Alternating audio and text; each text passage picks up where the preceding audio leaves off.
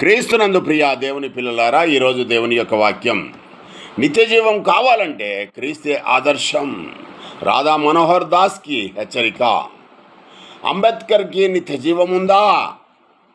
జవాబు: నీవు నా ఆత్మను పాతాళములో విడిచిపెట్టవు, నీ పరిశుద్ధిని కుళ్ళు పట్టనీయవు అని దావీదు దేవుని యొక్క ఆత్మ కలిగి మాట్లాడుతున్నాడు, ప్రవచిస్తున్నాడు యేసుక్రీస్తు ప్రభు గురించి. అదే విషయాన్ని పేతురు గారు లేవనెత్తుతున్నాడు. 2వ అధ్యాయం 31వ వచనము, అపోస్తుల కార్యంలో, క్రీస్తు పాతాళములో విడవబడలేదు, ఆయన శరీరం కుళ్ళిపోలేదు. ప్రియమైన దేవుని బిడ్డలారా, క్రీస్తునందు విశ్వాసం ఉంచి వాడెవడో వారి పాపములు క్షమిస్తాడు దేవుడు. వారికి క్రీస్తులాగా మహిమ శరీరం ఇస్తాడు.